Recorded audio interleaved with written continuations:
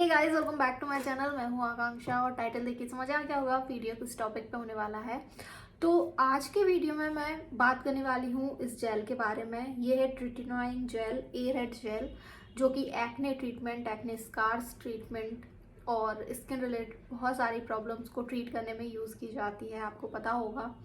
और क्योंकि मेरी ऑयली स्किन है, एक्ने प्रोन स्किन है, तो ऐसे में मैं बहुत सारे ट्रीटमेंट ले चुकी हूँ। पर होता क्या है, अगर पिंपल का ट्रीटमेंट लूँगी तो पिंपल ठीक होते होते दाग छोड़ देगा। दाग दूर करने के लिए चीज़ें शुरू की तो उससे फिर एक दो पिंपल्स होने लगेंगे।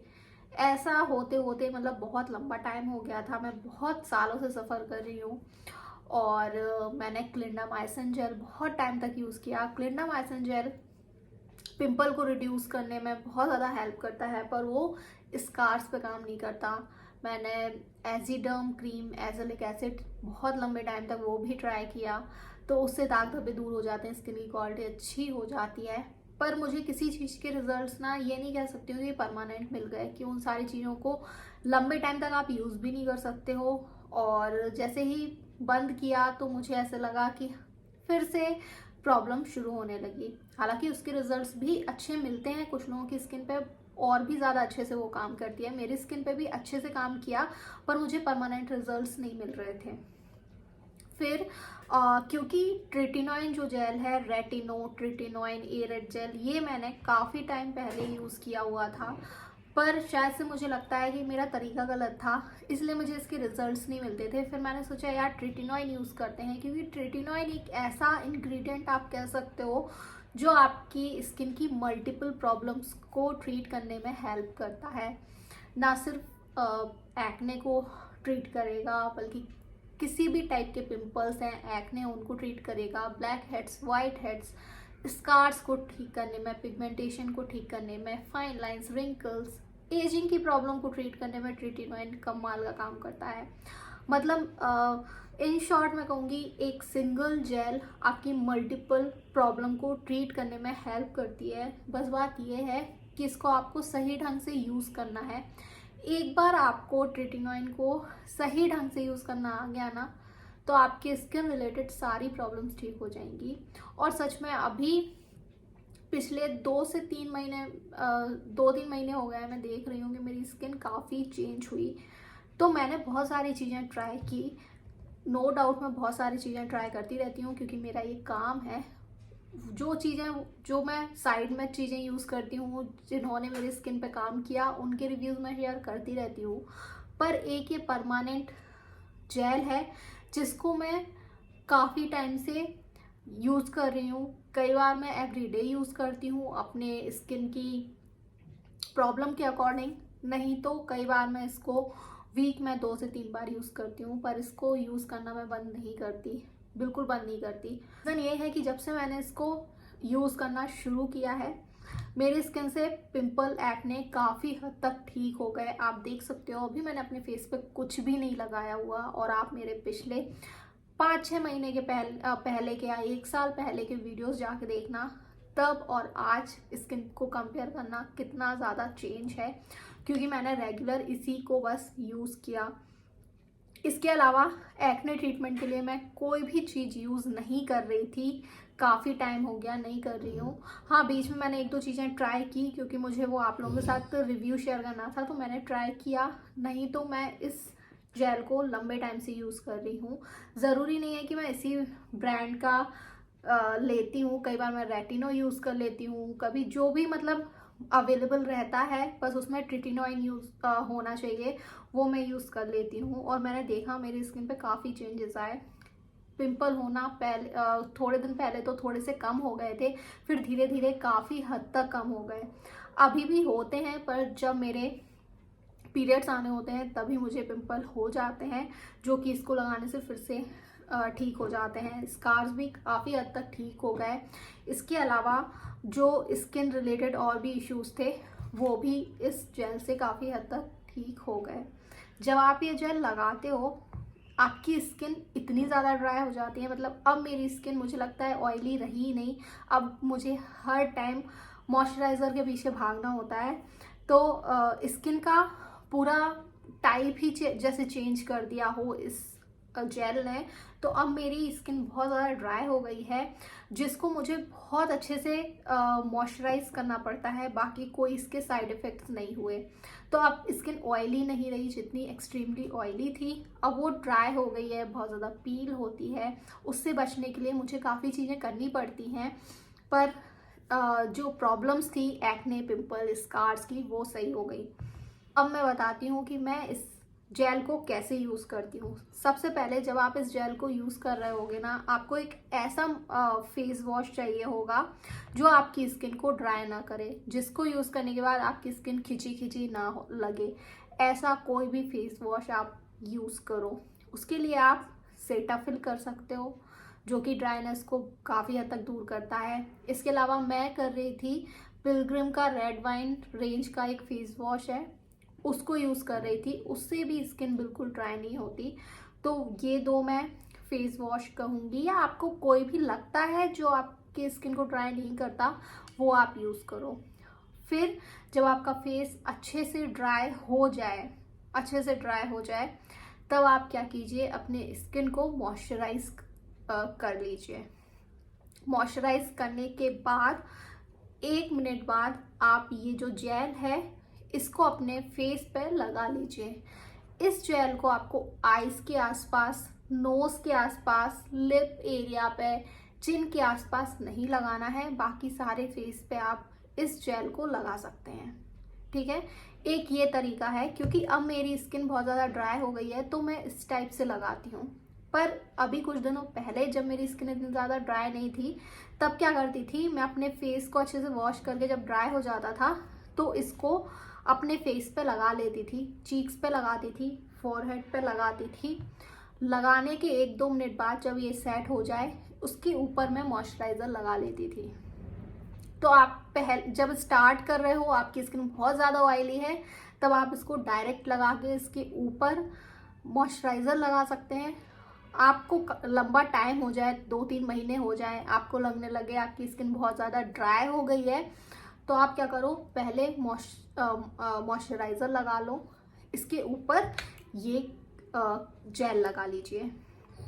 भूल के भी नोज के आसपास, आईज के आसपास, जहाँ की भी स्किन पतली है और पील बहुत ज़्यादा होने के चांसेस हैं, वहाँ इसको नहीं लगाना है। बाकी अपने फेस पे लगा लो। अगर आपको लगता है कि आपको सिर्फ आपके चीक्स पे ही बहुत ज़्यादा प्रॉब्लम है तो वहाँ पर भी लगा सकते हो, पर मैं इसको पूरे फेस पे लगाना पसंद करती हूँ। तो कुछ इस तरीके से मैं इसको लगाती हूँ। जब आप इसको लगाएंगे, आपकी स्किन बहुत ज़्यादा ड्राई हो जाती है, बहुत ज़्यादा ड्राई होने लगेगी, हमेशा खिंची खिंची लगेगी, तो आपको एक बहुत अच्छा सा मॉइस्चराइज़र यूज़ करना है।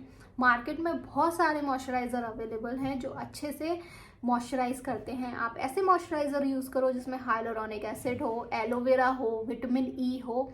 इस टाइप के आप कोई भी अपने स्किन के अकॉर्डिंग जो आपको अच्छा लगता है, जो आपके बजट में आते हैं, बहुत सारे अवेलेबल हैं, आप चूज़ कर सकते हो। जब आप इसको यूज़ करेंगे तो आपको सनस्क्रीन लगाना ही है। अगर आप इस क्रीम को लगा के धूप में निकल जाते हो तो आपकी स्किन डैमेज हो जाएगी, 100% डैमेज हो जाएगी।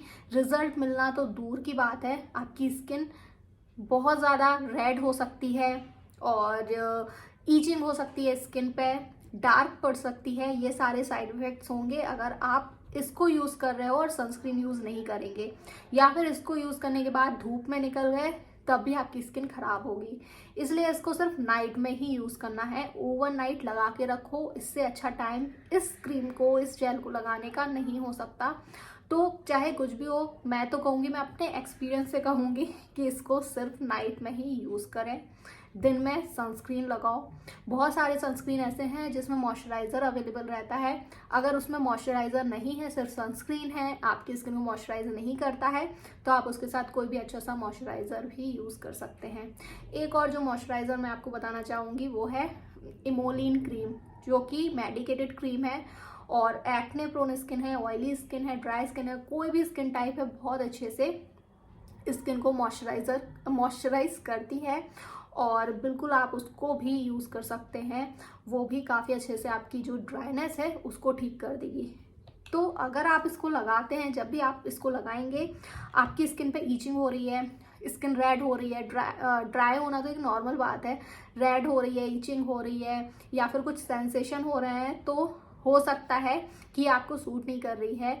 या फिर हो सकता है कि कई बार हम बहुत सारे ट्रीटमेंट्स लेते हैं, फिर आप ये ट्रेटिनोइन क्रीम यूज़ करोगे ना, तो आपको तुरंत आप इसको यूज़ करना शुरू कर दोगे तो हो सकता है थोड़ी सी झंझनाहट हो। इसलिए जब आप इस क्रीम को स्टार्ट करो, आप हमेशा याद रखो कि जो भी ट्रीटमेंट आप ले रहे हो उसको पहले ख़त्म करो। 5-6 दिन अपने स्किन को थोड़ा सा रेस्ट दो, कोई भी ऐसी चीज़ें यूज़ नहीं करो, फिर इस जेल को यूज़ करना शुरू करो। ये जो क्रीम है इसको आपको बेंजल पेरोक्साइड, विटामिन सी के साथ, एसिलिक एसिड के साथ, इन सारी चीज़ों के साथ मिक्स नहीं करना है। अगर आप मिक्स करोगे तो आपको इसके साइड इफ़ेक्ट्स हो सकते हैं, तो सोच समझ के इसको यूज़ करना है। इन सारी चीज़ों के साथ भी यूज़ नहीं करना है। जब आप नाइट में इसको लगाते हो तो इसके साथ तमाम सीरम्स वगैरह ये सब लगाने की ज़रूरत बिल्कुल नहीं है। वो स्किन केयर करने के लिए आप दिन में कर लो, या फिर जब तक आप ये ट्रीटमेंट ले रहे हो तब तक वो स्किन केयर रूटीन अपना बंद करके रखो। सिर्फ मॉइस्चराइज़र लगाओ, आपको दुनिया भर के सीरम वगैरह इसके साथ अप्लाई करने की ज़रूरत नहीं है। सीरम वगैरह ये सारी चीज़ें तब अप्लाई करो जब आपकी स्किन ठीक हो जाए, है ना, और आप उसको ग्लोइंग बनाना चाहते हो, तब आप सीरम्स वगैरह अप्लाई करना शुरू करो। स्टार्टिंग के डेज में इसके साथ कुछ भी नहीं लगाना है। ये जो ट्रेटिनोइन जेल है ना, ये काफ़ी परसेंटेज में आती है, जैसे ये 0.05 है, 0.25 में आती है, 1% में आती है, तो आपको सबसे लोअर परसेंटेज से स्टार्ट करना है। और स्टार्टिंग में जब आप लगाते हो तब आपको क्या करना है, पहले स्टार्टिंग के 15 दिन आप इसको ऑल्टरनेट डेज पे लगाइए। जब आपको लगे कि हाँ अब ये मेरे स्किन पे काम करने लगी है, सूट करने लगी है, आपकी स्किन यूज टू हो गई है इस जेल से, फिर आप इसको एवरीडे लगाना शुरू कर दो। तो फिर 15 दिन 1 महीने तक आप इसको एवरीडे लगाइए, ठीक है, मतलब नाइट में एवरी नाइट आप इसको अप्लाई कीजिए। फिर जब 1 महीना हो जाए, आपकी प्रॉब्लम्स ठीक होने लगेंगी, पिंपल्स वगैरह ड्राई होने लगें, ठीक होने लगें, तब एक टाइम ऐसा आएगा कि ड्राइनेस बहुत ज़्यादा बढ़ जाएगी, स्किन बहुत खिंची खिंची लगेगी, आपको लगेगा कि यार क्या हो गया।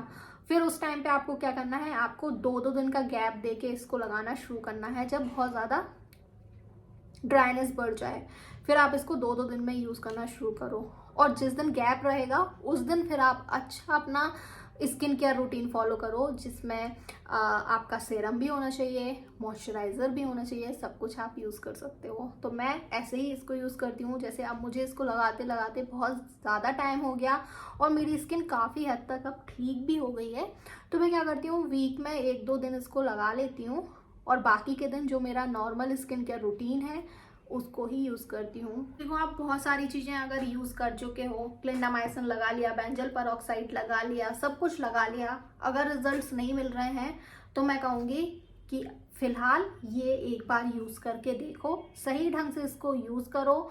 स्टार्टिंग में स्किन पर्जिंग भी होगी, मतलब स्टार्टिंग में आपके नए पिंपल्स भी आएंगे, पर डरने की बात नहीं है, आप इसको कंटिन्यू करना। धीरे धीरे आपको ये सूट करने लगेगी, आपकी स्किन यूज टू हो जाएगी और सच में इसके रिजल्ट्स मिलने लगेंगे।